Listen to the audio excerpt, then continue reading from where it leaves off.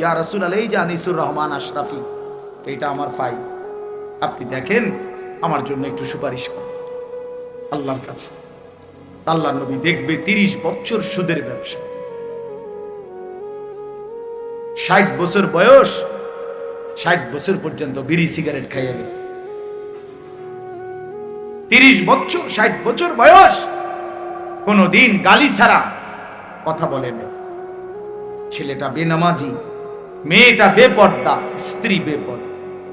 মৃত্যু পর্যন্ত আমার উম্মতের ঘরে প্রতিদিন রঙিন টেলিভিশনে নাচ গান নর্তকীর ছবি চলছে। তার ছেলে মেয়ে নাতি নাতনি বসে নাচ গান নাটক সিনেমা দেখে গেছে। কোনদিন গালি ছাড়া কথা বলেন, হালাল রোজগার বলতে কিছু নাই। ফজরের নামাজ 1000 পৃষ্ঠা উল্টাইয়াও ফজরের নামাজ বলতে কিছু নাই।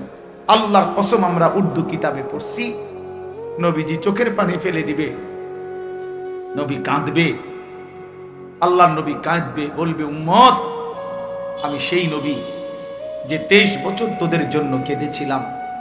আমি সেই নবী যে পেটে ক্ষুধার কষ্টে 2টা পাথর বাঁধছিলাম।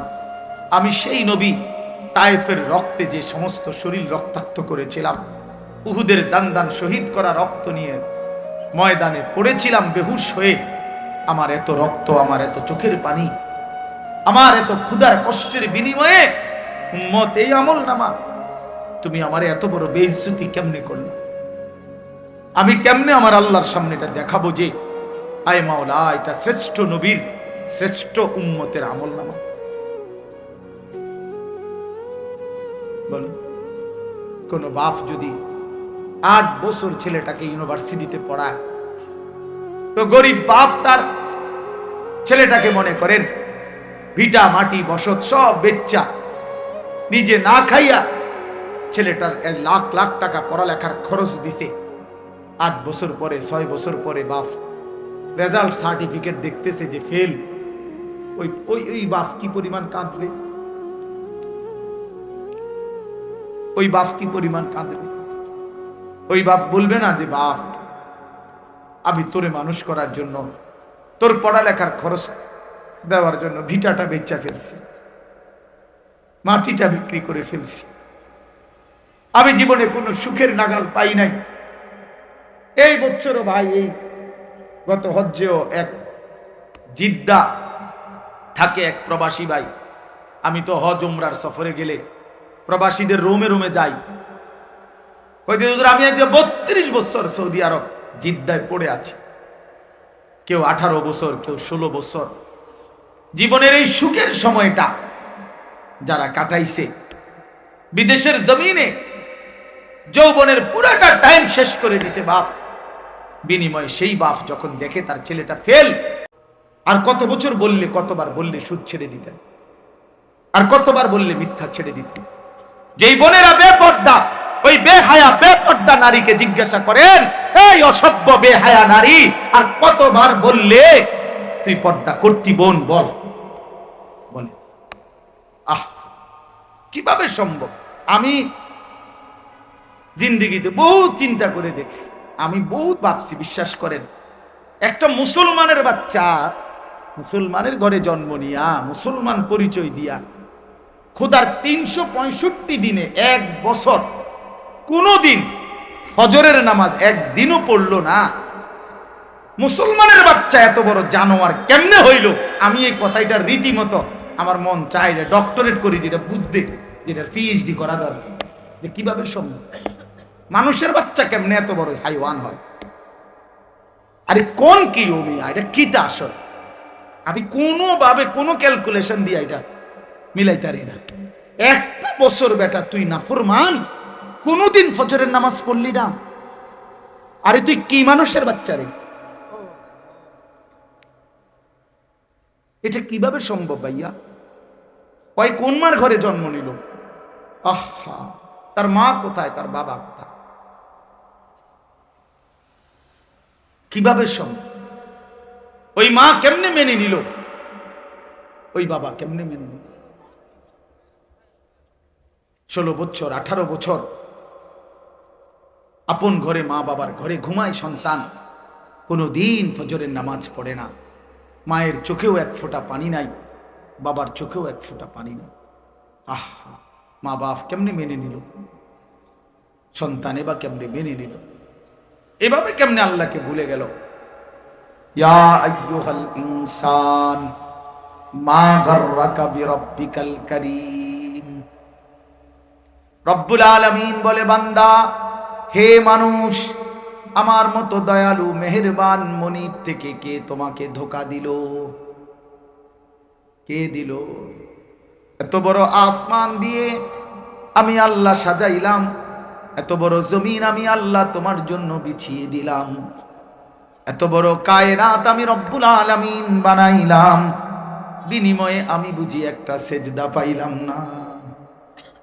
কেমনে পারলা বান্দা?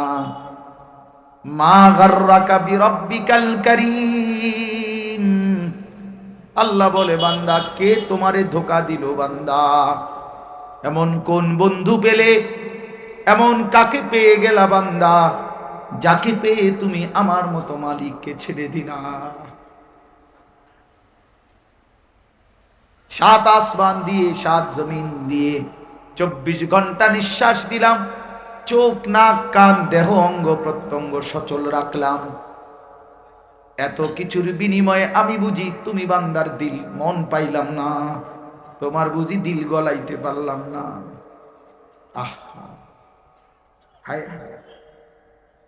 1 মিনিট ভাইবে, কোন এক বেনামাজি কেউ যদি এখানে থাকো ভাই, 1 মিনিট ভাইবে, আজকেই ভাইবে, ঘুমাইবার আগেই ভাইবে। নবীজি জিজ্ঞেস করবে, উম্মত, আমি 23 বছর উম্মত, হাসরের ময়দানে নবী বলবে, আমলনামা দেখাইয়া বলবে, প্রত্যেককে সুপারিশের জন্য নবীজির কাছে চাইতে হলে আমলনামা জমা দিতে হবে। ওমা, সুপারিশের কোনো কাগজপত্র নাই, কথা কোনা, কোনো নিয়ম কানুন নাই নাকি? হ্যাঁ, কোনো ফাইল জমা দিতে হবে না তো?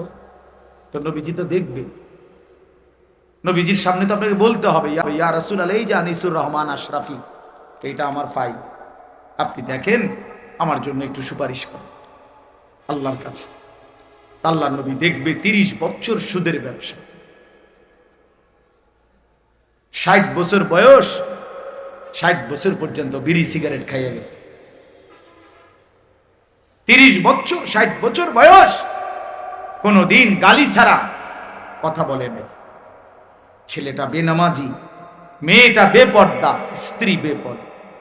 মৃত্যু পর্যন্ত আমার উম্মতের ঘরে প্রতিদিন রঙিন টেলিভিশনে নাচ গান নর্তকীর ছবি চলছে। তার ছেলে মেয়ে নাতি নাতনি বসে নাচ গান নাটক সিনেমা দেখে গেছে।